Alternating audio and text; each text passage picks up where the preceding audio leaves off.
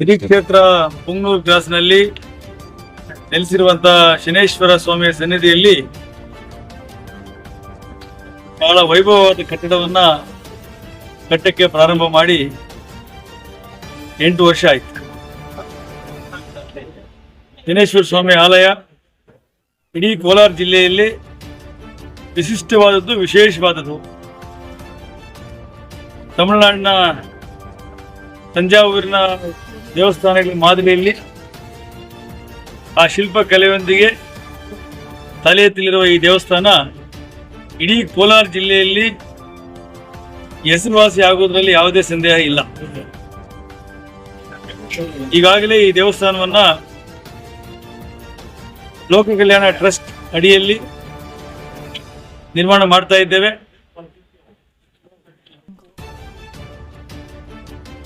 ಆದರೆ ಈ ಮಧ್ಯದಲ್ಲಿ ಹಿರಿಯರ ಒಂದು ಸಲಹೆ ಮೇರೆಗೆ ಆಂಜನೇಯ ಸ್ವಾಮಿಯ ವಿಗ್ರಹವನ್ನ ಅತಿ ಶೀಘ್ರವಾಗಿ ಪ್ರತಿಷ್ಠಾಪನೆ ಮಾಡಬೇಕು ಅನ್ನುವ ಸಲಹೆ ಮತ್ತು ಭಕ್ತಿಯ ಒಂದು ವಿವೇಚನೆಯೊಂದಿಗೆ ಈ ದೇವಸ್ಥಾನವನ್ನ ಅದೇ ಕಲ್ಲು ಕಟ್ಟಡದ ಮಾದರಿಯಲ್ಲಿ ಫೌಂಡೇಶನ್ ಮಾತ್ರ ಹಾಕಿ ಇವಾಗ 6 ಅಡಿ ವಿಗ್ರಹವನ್ನು ಪ್ರತಿಷ್ಠಾಪನೆ ಮಾಡಿದ್ದೇವೆ. ಆ ಪ್ರತಿಷ್ಠಾಪನಾ ಕಾರ್ಯಕ್ರಮ ನಿನ್ನೆಯಿಂದ ಇವತ್ತು ತನಕ ಶಾಸ್ತ್ರೋಕ್ತವಾಗಿ ವೇದ ಘೋಷಗಳೊಂದಿಗೆ ಎಲ್ಲರ ಹಿರಿಯ ಸಮ್ಮುಖದಲ್ಲಿ ದಾನಿಗಳ ಸಹಾಯದೊಂದಿಗೆ ಇದನ್ನು ನಿಲ್ಲಿಸಿದ್ದೇವೆ. ಶ್ರಾವಣ ಶನಿವಾರದ ಈ ಪವಿತ್ರ ತಿಂಗಳಿನಲ್ಲಿ ಪುಂಗನೂರು ಕ್ರಾಸ್ಗೆ ಬರುವ ಜನಸಂಖ್ಯೆ ಜಾಸ್ತಿ ಇದೆ, ಭಕ್ತಾದಿಗಳು ಜಾಸ್ತಿ ಇದೆ, ನಾಗರಿಕರು ಬಹಳ ವಿಶ್ವಾಸ ಇಟ್ಟಿದ್ದಾರೆ. ಅದರ ಜೊತೆಗೆ ಹನುಮಂತನ ದರ್ಶನ, ಆಂಜನೇಯನ ದರ್ಶನವೂ ಸಹ ಅವ್ರಿಗೆ ಕೊಡಬೇಕು ಅನ್ನುವ ನಮ್ಮ ಟ್ರಸ್ಟಿನ ಎಲ್ಲ ಸದಸ್ಯರ ಒಂದು ಅಪೇಕ್ಷೆ ಮೇರೆಗೆ ಇವತ್ತು ಈ ದೇವಸ್ಥಾನ ನಿರ್ಮಾಣ ಆಗಿದೆ.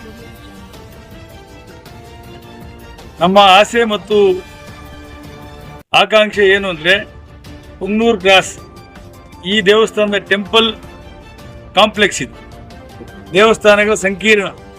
ಇಲ್ಲಿಗೆ ಒಬ್ಬ ಭಕ್ತಾದಿ ಬಂದ ಮೇಲೆ ಎಲ್ಲಾ ದೇವರುಗಳ ದರ್ಶನ ಮಾಡ್ಕೊಂಡು ಆಚೆ ಹೋಗ್ಬೇಕು. ಆ ರೀತಿ ಎಲ್ಲ ದೇವರುಗಳ ಪ್ರತಿಷ್ಠಾಪನೆ ಮಾಡಬೇಕು ಅಂತ ಆಸೆ ನಮ್ಗೆಲ್ರಿಗೂ ಇದೆ. ಹಾಗಾಗಿ ತಾವೆಲ್ಲ ನೋಡಿದ್ದೀರಿ, ಸುಮಾರು 7 ಗರ್ಭಗುಡಿ ಕಟ್ಟಿದ್ದೇವೆ. 7 ದೇವರುಗಳ ಪ್ರತಿಷ್ಠಾಪನೆ ಆಗ್ತದೆ. ಇವಾಗ ಆಂಜನೇಯ ಸ್ವಾಮಿ ಪ್ರತಿಷ್ಠಾಪನೆ ಆಲ್ರೆಡಿ ಆಗೋಗಿದೆ. ಆಂಜನೇಯ ಸ್ವಾಮಿಯ ಒಂದು ಶಕ್ತಿ ಸಾಮರ್ಥ್ಯ ನಿಮ್ಗೆಲ್ಲ ಗೊತ್ತಿದೆ. ಯಾವುದೇ ಅಂದ್ಕೊಂಡ ಕೆಲಸ ಯಾವುದು ನಿಲ್ಲುವುದಿಲ್ಲ. ಹಾಗಾಗಿ ಆಂಜನೇಯನ ಕೃಪಾ ಕಟಾಕ್ಷ ಬಹಳ ಅತ್ಯಂತ ಅವಶ್ಯಕವಾಗಿ ದೇವಸ್ಥಾನಕ್ಕೂ ಬೇಕಾಗಿದೆ, ನಾಗರಿಕರಿಗೂ ಬೇಕಾಗಿದೆ. ಈ ಸಮಾಜದಲ್ಲಿ ಒಳ್ಳೆಯ ವಿಚಾರಧಾರೆಯನ್ನ ಪ್ರಚಾರ ಮಾಡಲು ಬೇಕಾಗಿದೆ. ಎಲ್ಲರೂ ಸೇರಿ ಸನಾತನ ಧರ್ಮವನ್ನ ಮುಂದುವರಿಸಬೇಕಾಗಿದೆ.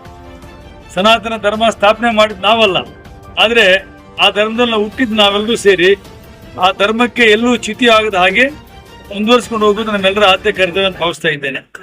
ಹಾಗಾಗಿ ಪ್ರಪಂಚದಲ್ಲಿರುವ ಎಲ್ಲ ಧರ್ಮಗಳ ಪೈಕಿ ಸನಾತನ ಧರ್ಮ ಒಂದೇ ಅಹಿಂಸಾ ಮಾರ್ಗವನ್ನ ಒತ್ತಿ ಒತ್ತಿ ಒತ್ತಿ ಹೇಳ್ತಾ ಇದೆ. ಸರ್ವರಿಗೂ ಸಮಪಾಲು, ಸರ್ವರಿಗೂ ಸಮಬಾಳು ಮತ್ತು ಸರ್ವ ಜನಾಂಗದ ಶಾಂತಿಯ ತೋಟ ಮತ್ತೆ ಎಲ್ಲರನ್ನೂ ಸ್ವೀಕಾರ ಮಾಡಿ ಅವರಿಗೆ ರಕ್ಷಣೆ ಮಾಡುವಂತ ಹೇಳ್ಕೊಡೋ ಒಂದೇ ಒಂದು ಧರ್ಮ ಏನಾದ್ರು ಈ ಭೂಮಿ ಮೇಲೆ ಇದ್ರೆ ಅದು ಸನಾತನ ಹಿಂದೂ ಧರ್ಮ ಮಾತ್ರ. ಹಾಗಾಗಿ ಸನಾತನ ಹಿಂದೂ ಧರ್ಮದ ಅಡಿಯಲ್ಲಿ ಆ ಧರ್ಮವನ್ನ ಪ್ರಸಾರ ಮಾಡೋದಕ್ಕೆ ಮತ್ತೆ ಆ ಧರ್ಮವನ್ನು ಮುಂದುವರಿಸುವುದಕ್ಕೆ ನಾವೆಲ್ಲರೂ ಸೇರಿ ಕಂಕಣಬದ್ಧರಾಗಿ ನಿಂತಿದ್ದೇವೆ. ಈ ಕ್ಷೇತ್ರಕ್ಕೆ, ಸುಕ್ಷೇತ್ರಕ್ಕೆ ಬಹಳ ದೊಡ್ಡ ಸಾವಿರಾರು ಅಸಂಖ್ಯಾತ ಜನರ, ಲಕ್ಷಾಂತರ ಜನರ ಒಂದು ಭಕ್ತಿ ಭಾವನೆಗಳು ಇಲ್ಲಿ ವಿಲೀನ ಆಗಿದೆ.